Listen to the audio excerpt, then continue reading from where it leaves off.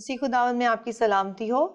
میں تانیہ کنول آپ کی ہوسٹ پروگرام مسیحی نقطہ نظر میں ایک بار پھر آپ کی خدمت میں حاضر ہوں۔ ناظرین، ہم پچھلے کئی پروگرامز میں یہ بات سیکھ رہے ہیں مسلسل کہ خدا سے جو جدائی ہے وہ ہماری موت کی حالت ہے۔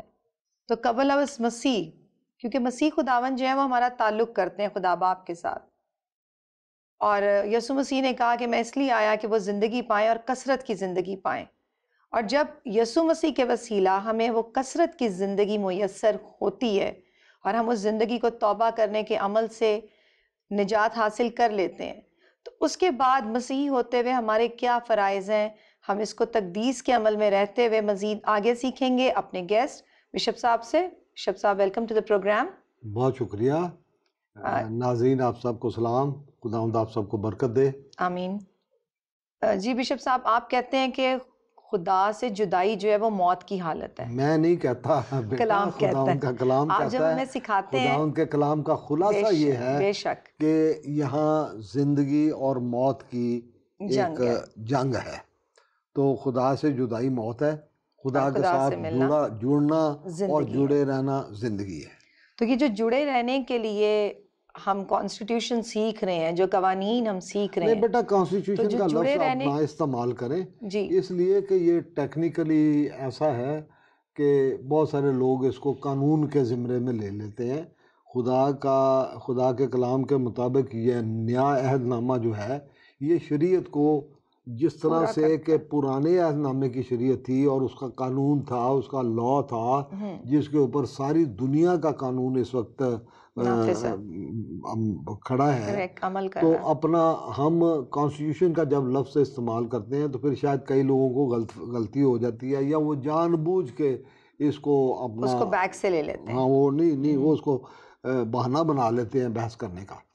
تو ہم یہ کہیں گے کہ ہم خدا کی خدائی کی باتیں سیکھنے کی کوشش کر رہے ہیں روئے زمین پر رہتے ہوئے، تاکہ ہم خدا کے تقاضے پورے کریں، اپنی زندگی میں پورے کر سکیں۔ اس کے ساتھ جو ہماری شراکت ہے وہ دنیا پر ظاہر ہو جائے، ہماری زندگیوں میں وہ شراکت کام کرے، اور اس کے وسیلے سے ہماری زندگیاں جو ہیں وہ بڑھیں، مضبوط ہوں، ترقی کریں، ہم موت پر فتح پائیں۔ موت پر فتح کا مطلب یہ ہے کہ وہ جو جدائی ابلیس پیدا کر دیتا ہے، اس جدائی کو ہم واپس اپنے اوپر طاری کسی طرح سے نہ ہونے دیں۔ خدا ان کے پاک کلام میں لکھا ہے کہ تھوڑا سا خمیر، پورے گندے ہوئے آٹے کو، میں کسی بڑی بات کی طرف اشارہ نہیں کرتا، لیکن تھوڑی سی سستی، تھوڑی سی لاپرواہی، یہ تھوڑا سا خمیر بن سکتی ہے۔ ہماری لا علمی تھوڑا سا خمیر بن سکتی ہے، غلط تعلیمیں ہماری زندگی میں تھوڑا سا خمیر بن سکتی ہیں، اور تھوڑا سا خمیر خدا ان کا کلام کہتا ہے کہ وہ سارے گندے ہوئے آٹے کو خراب کر دیتا ہے۔ کہ ایک خیال غلط آیا، میں نے غالباً ایک ایپیسوڈ میں یہ بتایا تھا کہ شیطان کے دل میں ایک خیال ہی آیا تھا کہ میں اپنا تخت خدا کے تخت سے اونچا بناؤں گا، تو اس لیے میں احتیاطاً اور اپنے فرض کے طور پر بار بار کہتا رہتا ہوں کہ ہم نے اپنی منادی نہیں کرنی، ہم نے یسوع کی منادی کرنی ہے۔ تو میرے جو ہم خدمت بہن بھائی ہیں وہ اس بات کی طرف توجہ دیں کہ تھوڑا سا خمیر ہماری زندگیوں میں داخل نہ ہونے پائے۔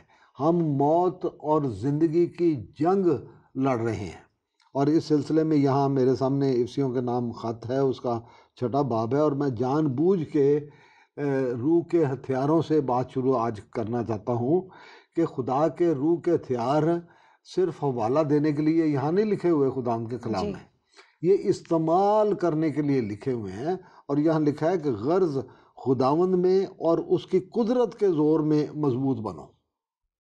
یہ ایک تقاضا ہے کہ آپ اب موجیں نہیں کر سکتے ہو، صحیح، اب موجیں والی بات نہیں ہے۔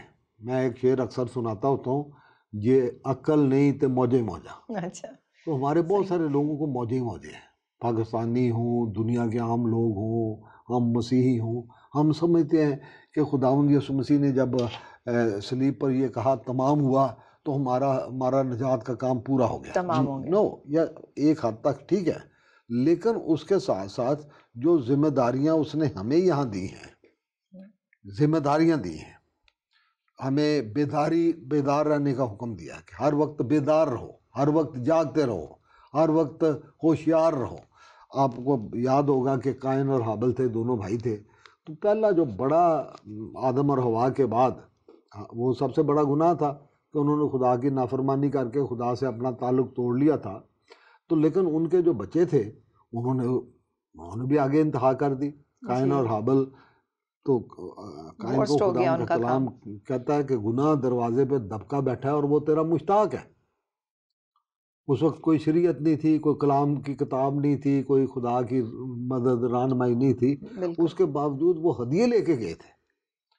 اب ہدیے لے کے جانا جو ہے وہ عبادت ہے، کس دل سے، کس نیت سے، کس روح سے آپ لے کے گئے ہو۔ خدا نے ایک کے ہدیے کو قبول کر لیا اور دوسرے کے ہدیے کو اس نے رد کر دیا۔ تو جس نیت سے، جس روح سے، جس ذہنیت سے، جس شوق سے، جس عقیدت سے ہم خدا کی حضوری میں ہوتے ہیں، رہتے ہیں، وہ بہت ضروری ہے۔ تو خدا نے اس کو کہا تھا کہ گناہ دروازے پہ دبکا بیٹھا ہے اور وہ تیرا مشتاق ہے۔ اسی طرح سے آج ہر ایماندار کے خلاف شیطان گھات لگا کے بیٹھا ہوا ہے کہ میں کسی طرح تھوڑا سا خمیر اس کی زندگی میں داخل کر لوں، باقی اپنا بیڑا غرق یہ خود کر لے گا۔ میں اکثر یہ کہتا ہوں کہ روحانی دنیا میں جو منفی اور مثبت اصول ہیں وہ ایک ہی ہیں۔ منفی بھی وہی ہیں اصول اور مثبت بھی یہی ہے کہ شیطان اپنے لیے روحیں جیتنے کی کوشش کر رہا ہے، اور میں اور آپ اور خداوند یسوع مسیح اور اس کے سارے شاگرد اور اس کے سارے ساتھی وہ روحیں جیتنے کی کوشش کر رہے ہیں۔ تو ہم جو روحیں جیتنے کی کوشش کر رہے ہیں، ہم جنگ کی حالت میں لاپرواہ نہیں ہو سکتے، ہم سست نہیں ہو سکتے، ہم سو نہیں سکتے، ہم اپنی ذمہ داری کے مقام سے دور نہیں ہو سکتے۔ ہمارے لیے ضروری ہے کہ ہم یہ یاد رکھیں کہ ہم جنگ کی حالت میں ہیں، اور جنگ کی حالت جو ہے وہ ایک ایمرجنسی کو ظاہر کرتی ہے کہ آپ نارمل حالات میں زندگی گزار نہیں رہے، بلکہ آپ ایک خصوصی حالت میں ہیں۔ اس لیے آپ کو جو ایک چیز مہیا کی جا سکتی ہے خداوند میں اور اس کی قدرت میں، زوراور اور مضبوط بنو، زوراور بھی بنو اور مضبوط بھی بنو۔ دیکھیں، میں یہ کہنا چاہتا ہوں کہ جب خدا اپنے بیٹے اور بیٹیاں بناتا ہے تو خداوند کے کلام میں لکھا ہے کہ ہم خداوند یسوع مسیح کے ہم میراث ہیں۔ ہم میراث کا مطلب یہ ہے کہ خدا کے اختیار میں، خدا کی قدرت میں، خدا کی محبت میں، اس کی زندگی میں، اس کے زور میں، اس کی طاقت میں، اس کی قوت میں ہم سب حصے دار ہیں، خداوند یسوع مسیح کے ہم میراث۔ تو ہم جب لوگوں کے لیے دعا کرتے ہیں تو ہم خدا کی دی ہوئی قدرت کو استعمال کرتے ہیں، ہم اس کے دیے ہوئے اختیار کو استعمال کرتے ہیں، ہم اس کے نام کو استعمال کرتے ہیں، ہم اپنے بیٹے ہونے کے حق کو استعمال کرتے ہیں اور اس بیماری کو ڈانٹتے ہیں۔ ہم خدا سے ایمان لے کر رکھ کے دعا کرتے ہیں، خداوند تو اس کو شفا دے، شفا دینے والا شافی تو وہی ہے، لیکن اس نے ہمیں اختیار دیا کہ جاؤ سانپوں اور بچھوؤں کو کچلو اور دشمن کی ساری قدرت پر غالب ہو۔ یہ جنگ ہے، یہ جنگ ہے، اور اس جنگ میں میری اور آپ کی زندگی داؤ پہ لگی ہے، ہر ایماندار کی زندگی داؤ پہ لگی ہے۔ میں نے اپنی خدمت کے دوران بہت سارے خادموں کو گرتے ہوئے دیکھا ہے اور گرنے کے بعد اٹھتے ہوئے بھی دیکھا ہے۔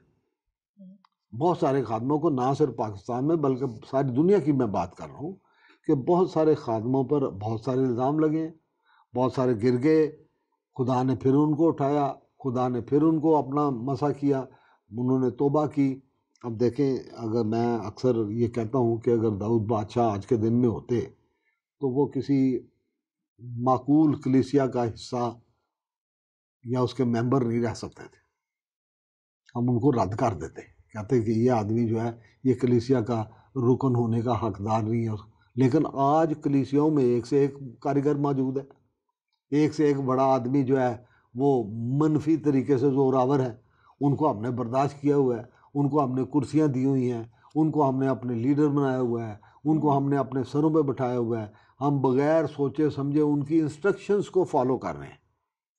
مطلب کیا ہے؟ مطلب یہ ہے کہ کلیسیا کا ایک بہت بڑا حصہ وہ شیطان نے یرغمال بنایا ہوا ہے کہ ان کے پیسے جو خداوند کے نام پہ وہ دیتے ہیں، بہت سارے مشرقی لوگ، مغربی لوگ بے شمار پیسہ دیتے ہیں خداوند کے کام کے لیے، اور دنیا کی بڑی قوتیں ہیں جن کے پاس خداوند کے نام کا بڑا پیسہ ہے، اور وہ اس کو پتہ نہیں کس طرح سے استعمال کر رہی ہیں۔ میں نکتہ چینی نہیں کرنا چاہتا، لیکن میرا پوائنٹ یہ ہے کہ وہ پیسہ، وہ وسائل، وہ وقت جو روحیں جیتنے کے لیے استعمال ہونا چاہیے تھا، وہ روحیں جیتنے کے لیے استعمال نہیں ہو رہا۔ وہ پیسہ غصب ہو رہا ہے، وہ پیسہ غلط کاموں میں استعمال ہو رہا ہے، وہ پیسہ جو ہے وہ شیطان کے کاموں کو فروغ دینے میں استعمال ہو رہا ہے، بجائے اس کے کہ وہ بشارت کے لیے، منادی کے لیے، روحوں کو جیتنے کے لیے، ان کی تربیت کے لیے استعمال ہو۔ سو ہمیں بڑی باریک بینی سے دیکھنے کی ضرورت ہے۔ اگر کمزور ہو روحانی طور پہ تو تم زور آور ہو سکتے ہو۔ اس لیے 4-5 چیزوں کی وہ نشاندہی کرتا ہے: سچائی، راست بازی، صلح، ایمان اور نجات۔ ٹھیک ہے، نجات جو ہے، نجات کے لیے وہ کہتا ہے کہ اپنی قناتیں، اپنی رسیاں، جن رسیوں سے وہ باندھے جاتے ہیں، ٹینٹ باندھے جاتے ہیں، ان کو وسیع کر دو اور لوگوں کے لیے جگہ بناؤ۔ ہم نے اپنے ارد گرد دیواریں بنا لی ہیں، یہ فلاں ہے اس کے پاس، ہم نے اس کو اجازت نہیں آنے کی، یہ فلانی قوم کا بندہ ہے، اس کو ہمارے ہم نے اپنے ارد گرد والز بنا، نہیں، ہمارے کام جو اجتماعی طور پر کلیسیاؤں کے کام ہیں وہ اس طرح کے ہیں کہ لوگ بچتے ہیں کہ اگر نئے لوگ آئیں گے تو وہ نکتہ چینی کریں گے، اگر سچے لوگ آئیں گے تو وہ نکتہ چینی کریں گے، اگر ایسے لوگ جن کو کوئی لالچ نہیں ہے وہ آئیں گے تو وہ ہم پر انگلیاں اٹھائیں گے۔ اس لیے انہوں نے اپنے ارد گرد دیواریں کھڑی کی ہوئی ہیں۔ ہمیں ان دیواروں کو ہٹانا ہے، ہم نے خداوند کی قدرت میں زور آور ہونا ہے کہ ہم شیطان کی ٹیریٹری میں فتح مند زندگی گزاریں۔ یہ دنیا ابلیس کی تختگاہ ہے، یہ اس کی جگہ ہے، دنیا کا سردار مجرم ٹھہرا دیا گیا ہے۔ ہمارا تو ایک ہی راستہ ہے اور وہ خداوند یسوع مسیح ہے۔ ابلیس کے ہزاروں راستے ہیں، پیسہ ہے، اپنا شہوت پرستی ہے، جھوٹ ہے، اپنا یہ جو کارپوریٹ فراڈ ہو رہے ہیں، حکومتیں فراڈ کر رہی ہیں، یہ نفرتیں، جنگیں، لڑائیاں، مفادات، کتنی چیزیں ہیں، ہزاروں چیزیں گنی جا سکتی ہیں۔ خدا ہمارا راستہ ایک ہی راستہ ہے، اور وہ راستہ سچائی کا راستہ ہے۔ راہ، حق اور زندگی میں ہوں، اور پھر لکھا ہے کہ کوئی میرے وسیلے کے بغیر باپ کے پاس جا نہیں سکتا۔ ایک ہی راستہ ہے ہمارا، اور وہ راستہ خداوند یسوع مسیح کا راستہ ہے۔ اس لیے میں کہتا ہوں، میں ریکویسٹ کے طور پر کہتا ہوں، اور ناظرین میں آپ سب سے ریکویسٹ کرتے ہوئے یہ کہتا ہوں کہ یسوع کا راستہ، جیزس وے، ایک وہ راستہ ہے جو دنیا کا راستہ ہے۔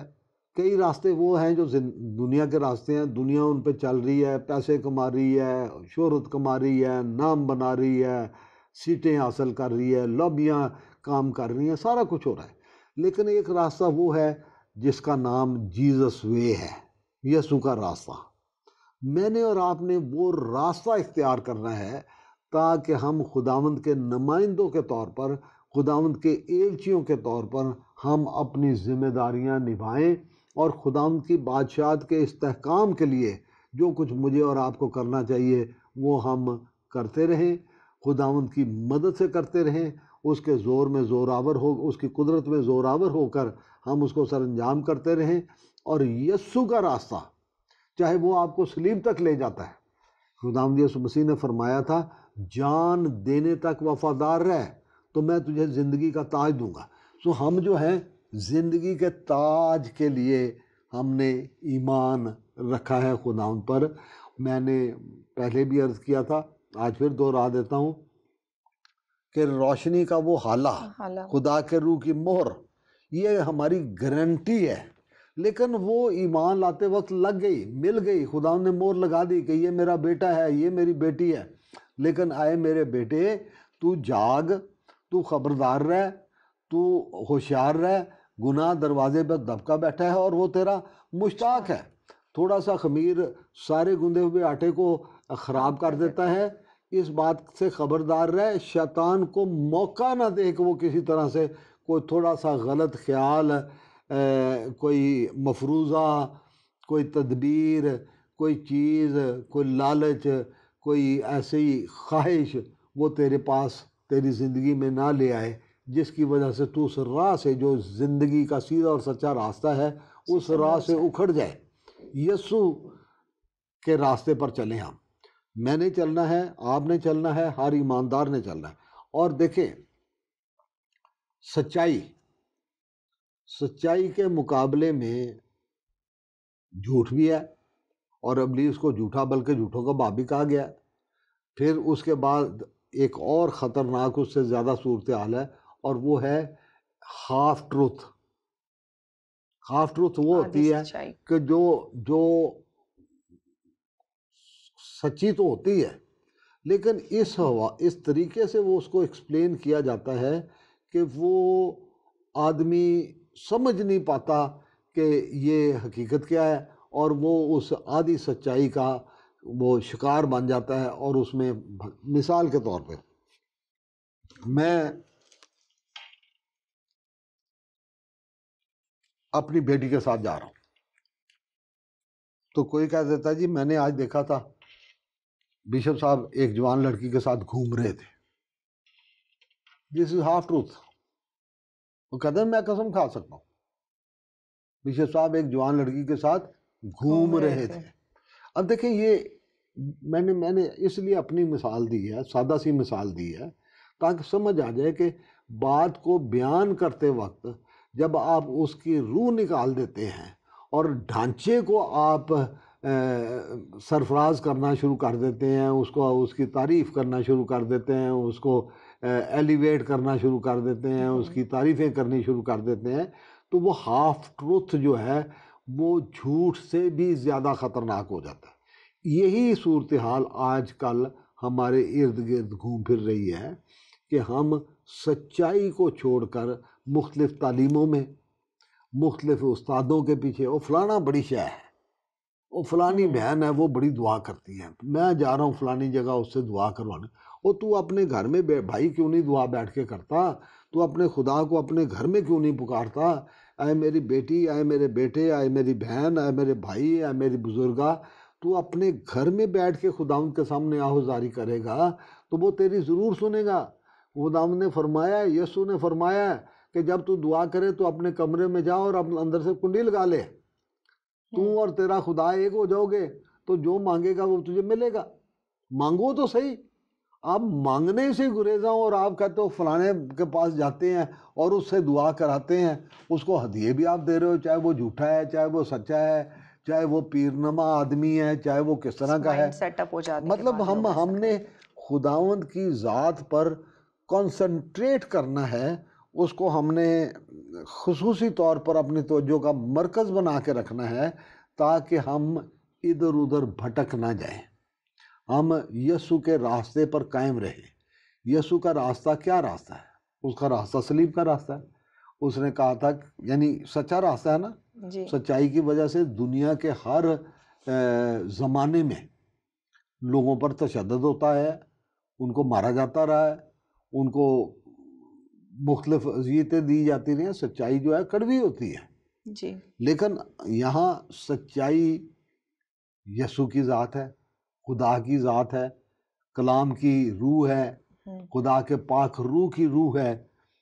میرے اور آپ کے پاس اگر سچائی ہے تو وہ سچائی ہم دنیا کی نظر نہیں کر سکتے، اس کے طور طریقوں کی نظر نہیں کر سکتے۔ ہمیں گوشت اور خون اور گوشت سے کشتی نہیں کرنا ہے، مطلب ہماری جسمانی لڑائی نہیں ہے۔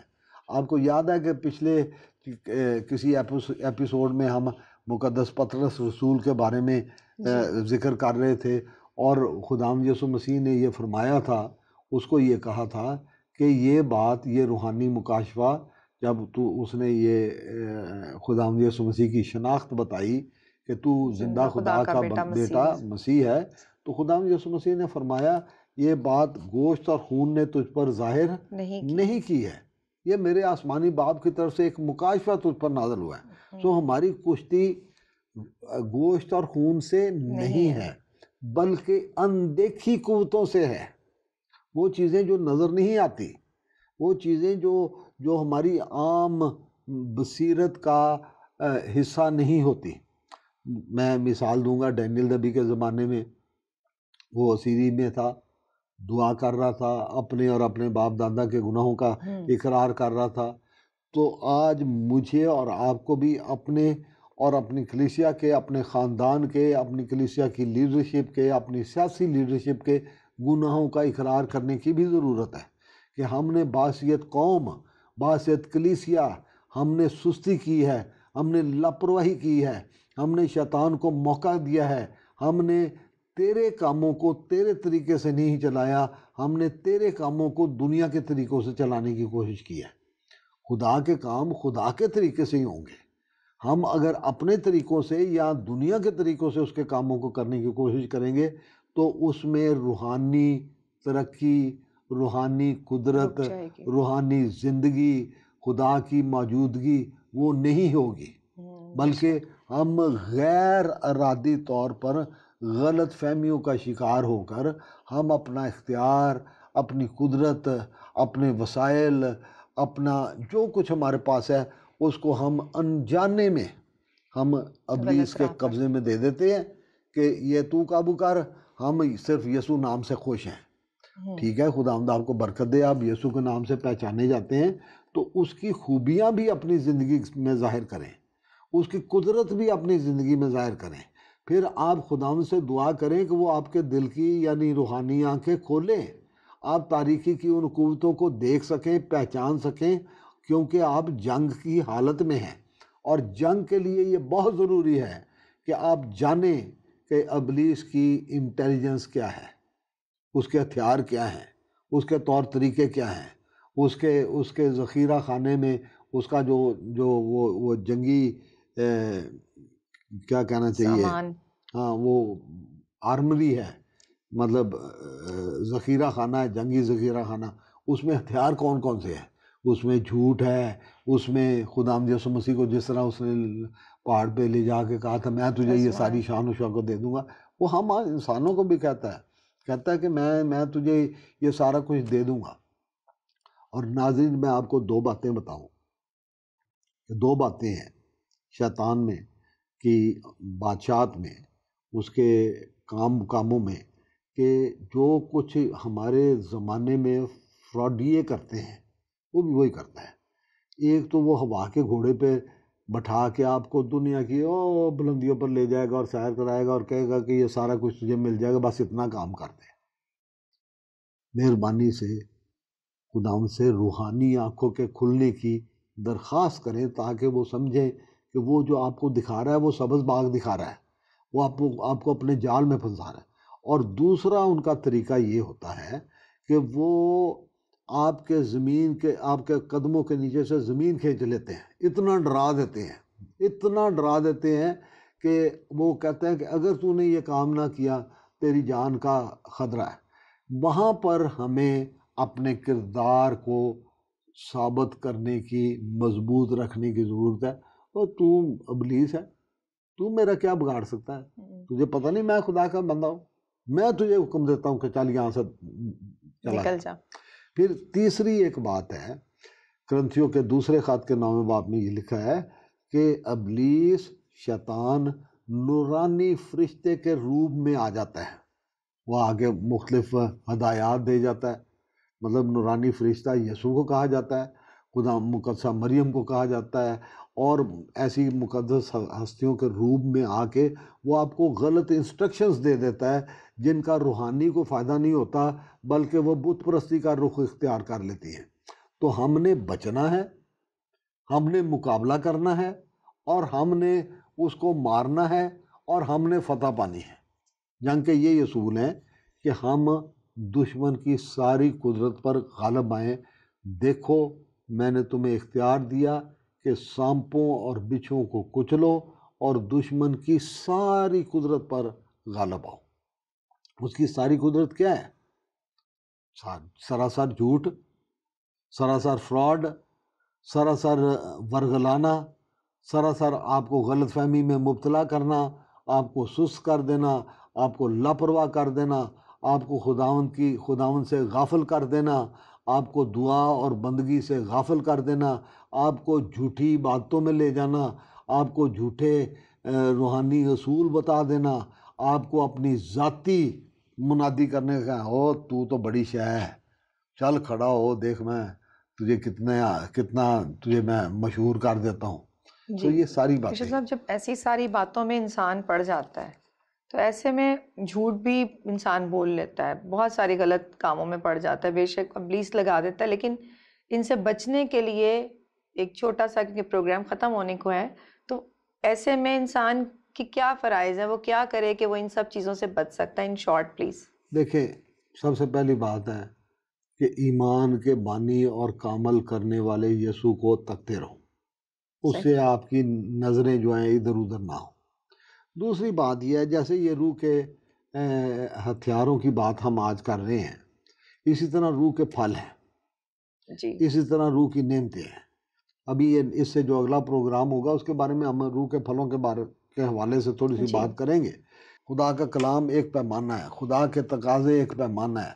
ہم یہ جو ہے خدا کا کلام، یہ ایک آئینہ ہے، یہی تقدیس کا عمل ہے کہ ہم اپنی زندگیوں کا جائزہ لیتے رہیں، خدا کے کلام کے مطابق اپنی زندگی کو دیکھتے رہیں، تاکہ ہم خداوند سے دور نہ ہو جائیں اور کسی طرح سے اس کے جال میں پھنس نہ جائیں۔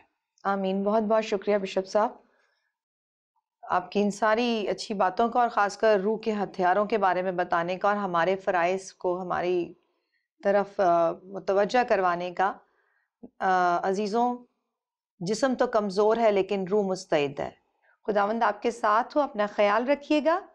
مجھے اور بشپ صاحب کو اجازت دیجیے، ہم پھر ملیں گے آپ سے اگلے ہفتہ اسی پروگرام مسیحی نقطہ نظر میں۔ دیکھتے رہیے پروگرام۔ اس وقت اسکرین پہ موجود آپ کے سامنے کانٹیکٹ نمبر اور ویب سائٹ ایڈریس ہیں، آپ نوٹ کریں، ہم سے کانٹیکٹ کریں، جو دل میں سوال آئے وہ کریں تقدیس کے حوالے سے اور زندگی اور موت کی جنگ کے حوالے سے، کہ اگر ہم زندگی میں ہیں تو ہماری جو موت سے جنگ ہے ہمیں اس کو کیسے کرنا ہے، مل کے کریں مقابلہ۔ اپنا خیال رکھیے، خدا حافظ۔